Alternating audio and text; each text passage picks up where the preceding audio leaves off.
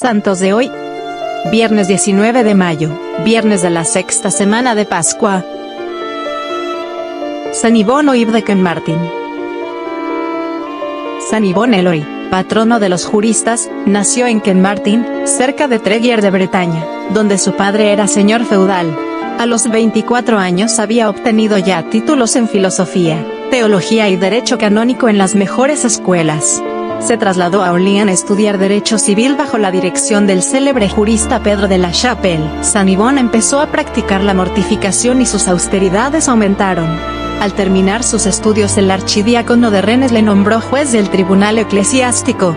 En el ejercicio de su cargo, el santo protegió a los huérfanos, defendió a los pobres y administró justicia con tanta imparcialidad y bondad, que aun aquellos a quienes castigaba le tenían afecto. Regresó a su tierra natal y en 1284 fue ordenado sacerdote, y se le concedió el beneficio de Tredres. Los últimos 15 años de su vida los dedicó al trabajo parroquial, primero en Tredres y luego en Lovanec, donde construyó un hospital asistiendo personalmente a los enfermos. San Ivón recibió los últimos sacramentos en víspera de la Ascensión, y falleció el 19 de mayo de 1303, a los 50 años de edad. Fue canonizado en 1347. Santa María Bernarda, Verena, Butler. María Bernarda, Verena Butler, nació en Jau, en el cantón de Argovia, Suiza, el 28 de mayo de 1848, y fue bautizada el mismo día de su nacimiento.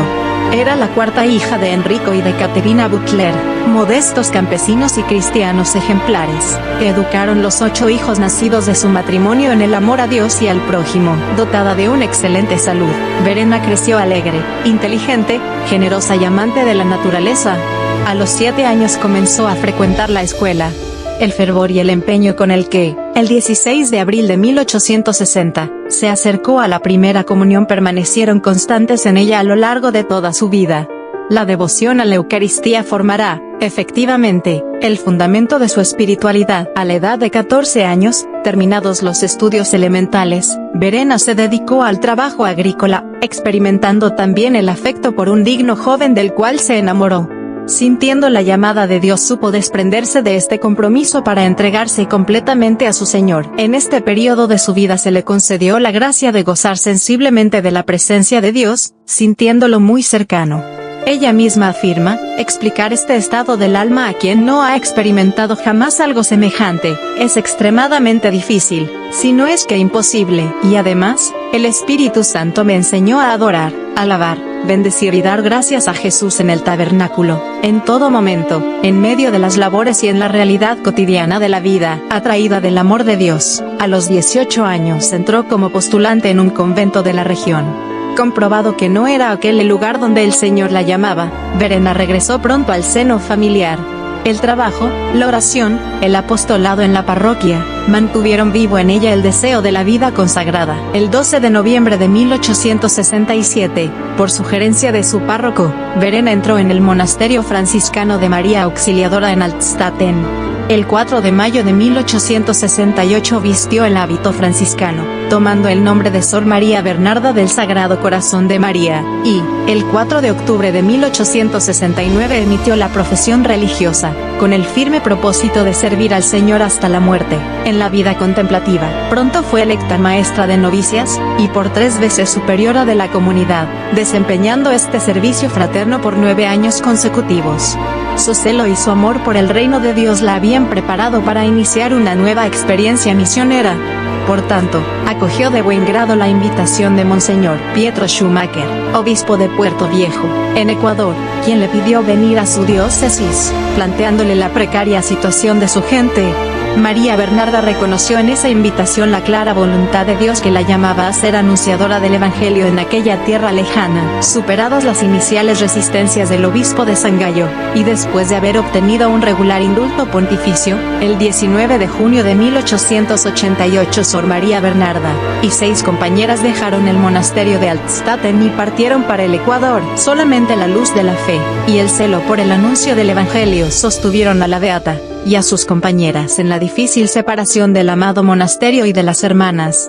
En su interior María Bernarda pensaba en el tener que dar vida a una fundación misionera dependiente del monasterio suizo. A su vez, el Señor la hacía fundadora de una nueva congregación religiosa, la de las Hermanas Franciscanas Misioneras de María Auxiliadora, recibidas paternalmente por el obispo. Este encomendó a María Bernarda la comunidad de Chone, que presentaba un espectáculo desolador, por la falta casi absoluta de sacerdotes, la escasa práctica religiosa y por la difundida inmoralidad. María Bernarda se hizo toda para todos, poniendo como fundamento de su acción misionera la oración, la pobreza, la fidelidad a la Iglesia y el ejercicio constante de las obras de misericordia. Junto con sus hijas, comenzó un intenso apostolado entre las familias, profundizando en el conocimiento de la lengua y de la cultura del pueblo. No tardaron en madurar los primeros frutos. La vida cristiana de aquella población volvió a florecer como por encanto. También la nueva congregación franciscana creció en número, y se fundaron las dos casas filiales de Santa Ana y de Canoa. Pero, también, pronto la obra misionera de la Madre Bernarda fue marcada por el misterio de la cruz. Fueron muchos los sufrimientos a los que ella y sus hijas se vieron sometidas: la pobreza absoluta, el clima tórrido, incertidumbres y dificultades de todo tipo, riesgos para la salud y la misma seguridad de vida, incomprensiones de parte de la autoridad eclesiástica y la separación de algunas hermanas de la comunidad, constituidas después en una congregación autónoma, las Franciscanas de la Inmaculada, Beata Caridad Brader. María Bernarda soportó todo con heroica entereza, en silencio, sin defenderse y sin alimentar resentimientos en la confrontación con alguno, perdonando de corazón y orando por aquellos que la hacían sufrir. Como si no fueran suficientes todas estas pruebas, en 1895, una violenta persecución por parte de fuerzas hostiles a la Iglesia obligó a Sor María Bernarda y sus hermanas a escapar del Ecuador. Sin saber a dónde ir, con 14 hermanas se dirigió a Bahía, de donde prosiguió para Colombia. El grupo estaba aún buscando, cuando recibió la invitación de Monseñor Eugenio Biffi para trabajar en su diócesis de Cartagena. Y, así, el 2 de agosto de 1895, fiesta de la Porciúncula de Asís, la fundadora y sus hermanas exiliadas del Ecuador, arribaron a Cartagena, recibidas paternalmente por el obispo.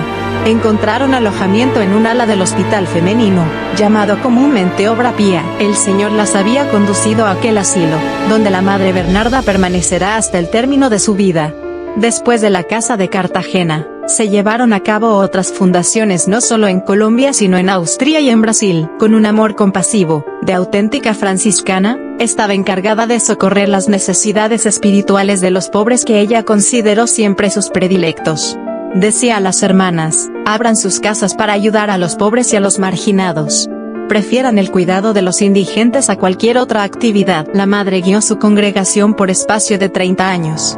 También después de haber renunciado al oficio de superiora general, continuó animando, con sentimientos de verdadera humildad, a sus queridas hermanas, sobre todo con el ejemplo de su vida, sus palabras y sus escritos. Presa de punzantes dolores hipogástricos, el 19 de mayo de 1924, en la Obra Pía de Cartagena, llorada por sus hijas, amada y venerada de todos como auténtica santa, María Bernarda se durmió serenamente en el Señor.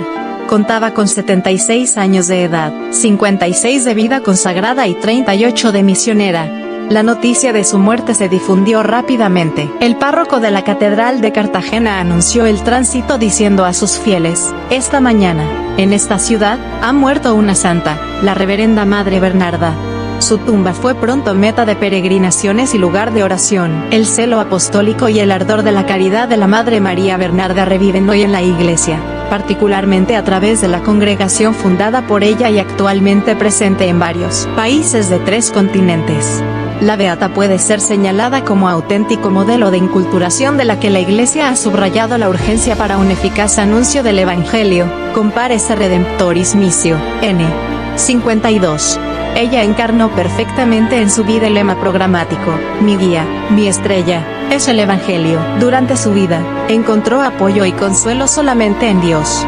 cuando abandonó su patria, a donde no habría de regresar jamás, y cuando dejó su querido monasterio de Altstatten y durante su incansable actividad apostólica, ella siempre estuvo sostenida por una sólida espiritualidad, de la oración incesante, la caridad heroica hacia Dios y hacia el prójimo, de una fe fuerte como la roca, una confianza ilimitada en la providencia de Dios, una fuerza y humildad evangélica y de una fidelidad radical a los compromisos de su vida consagrada.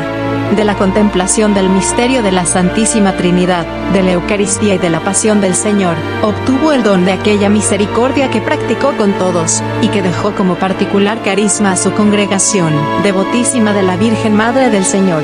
Quiso que su congregación tuviese a la Auxiliadora como madre, protectora y modelo de vida en el seguimiento de Cristo y en su actividad misionera. Como franciscana, cultivó la misma veneración que San Francisco de Asís alimentó por la Santa Madre Iglesia por sus pastores y sacerdotes, que ella llamaba los ungidos del Señor. La beata permanece como un admirable ejemplo de mujer bíblica, fuerte, prudente, mística, maestra espiritual, insignia misionera. Ella ha dejado a la Iglesia un testimonio maravilloso de entrega a la causa del Evangelio, enseñando a todos, sobre todo hoy, que es posible unir la contemplación a la acción, vida con Dios y servicio a los hermanos, llevando a Dios a los hombres y a los hombres a Dios. El 29 de octubre de 1995, el siervo de Dios Papa Juan Pablo II le confirió el título y los honores de los beatos. El 12 de octubre de 2008, el Santo Padre Benedicto XVI la inscribe en el catálogo de los santos.